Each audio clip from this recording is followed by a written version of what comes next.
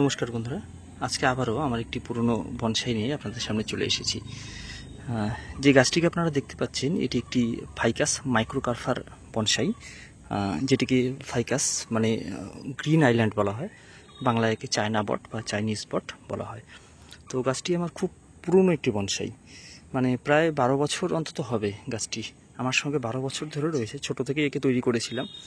এর trunk line দেখলে, এর গোড়ার দিকটা, শেকড়গুলো দেখলে আপনারা বুঝতে পারবেন।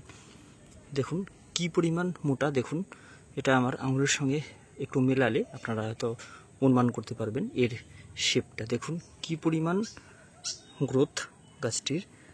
তো এই বর্ষাতে আরও হেলদি হয়েছে গাছটি। তো গাছটিতে দেখুন এই পাশের দিকে, মানে ডান দিকটায়। আর তার আগে বলে রাখি, এই গাছটি মোটামুটি আমি ফেব্রুয়ারি মার্চের দিকে তো প্রুনিং করতে হয় সবগুলো গাছের। তো সেই সময়টা আমি এই গাছটিকে হাত দিতে পারিনি তখন, মানে কোনো কারণবশত করা হয়নি। ফলে এপ্রিল মাসের শুরুর দিকে, এপ্রিলের ফার্স্ট উইকে আমি এটার প্রুনিং করেছিলাম। তো এপ্রিলের ফার্স্ট উইকে প্রুনিং করার পর এটা এখন অগাস্ট মাস চলছে। তো অগাস্টে দেখুন এই রকম হারে গ্রোথ নিয়েছে গাছটির। কি পরিমাণ গ্রোথ, কত সুন্দর হেলদি হয়ে রয়েছে দেখুন। তো এই কয়েক মাসে, মানে এপ্রিল টু এপ্রিল, মে, জুন, জুলাই, আগস্ট, এই 4 মাসের ব্যবধানে গাছটির কি পরিমাণ গ্রোথ নিয়েছে। মানে তখনকার, মানে যখন আমি প্রুনিং করেছিলাম, মানে পুরো হার্ড প্রুনিং করে নিয়েছিলাম আমি, তো তখনকার কোনো ক্লিপ রাখা ছিল না আমার। তো যার জন্য কয়েকটা ছবি ছিল, জাস্ট এই ছবিগুলো দিয়ে রাখবো। পুরো আমি ডালপালা ফেলে দিয়েছিলাম, সমস্ত পাতা আর পুরো উপরের দিকে ডাল ফেলে দিয়েছিলাম। মানে গাছের বিন্যাসটা একটু নষ্ট হয়েছিল, মানে ডালগুলো লম্বা লম্বা অনেকটা বেড়ে গিয়েছিল, লম্বা হয়ে গেছিলো। ফলে আমি পুরো হার্ড প্রুনিং করে দিয়েছিলাম। আর তার রেজাল্ট আজকে এই 4 মাস পরে এইরকম কন্ডিশন গাছটির। তো বহু পুরনো একটি গাছ, খুব সুন্দর গাছ। গাছটিতে প্রচুর পরিমাণে ছোট ছোট ফলও ধরা ছিল। এই যে এই রকমের বটের যে ফলগুলো হয়, ফলগুলো নষ্ট হয়ে গেছে দেখুন। এই রকমের ছোট্ট ছোট্ট প্রচুর পরিমাণে ফল হয় এই চাইনিজ বট, এই যে গাছগুলো, মানে ফাইকাস যে মাইক্রোকার্পার ভ্যারাইটি, এতে প্রচুর পরিমাণে ফল হয়। তো এরকম ফলগুলো প্রচুর পরিমাণ হয়েছিল, ঝরে গিয়েছে। তো এখন যেটি ব্যাপার সেটি হচ্ছে, দেখুন এই পাশে গাছটির এইখানে দেখুন একটা কি সুন্দর এরিয়াল রুট, বেশ মোটা, মানে প্রায় আমার 1 আঙুল সমান মোটা। এখানে একটা এরিয়াল রুট রয়েছে গাছটির। তো এ পাশে দেখুন একটা এরিয়াল রুট রয়েছে গাছটির।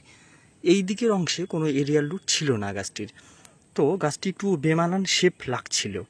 তো বেমানান শেপ লাগার কারণে দেখুন এই পাশ দিয়ে এই বর্ষাতে কয়েকটা হালকা দেখুন এরিয়াল রুট নেমে এসেছিল। তো এটাকে আমি যাতে না নষ্ট হয় তার জন্য আমি দেখুন জলের ব্যবস্থা করেছি। এই বোতলে জল দিয়ে দেখুন সুন্দর করে ব্যবস্থা করেছি, শুধু জল রয়েছে এর মধ্যে। এবারে দেখুন তার ফলে দেখুন শেকড়গুলো দেখুন, মানে এরিয়াল রুটগুলো কি সুন্দর গ্রো করতে শুরু করেছে। ঠিক সেম এ পাশেও আমি দেখুন ব্যবস্থা করেছি জল দিয়ে।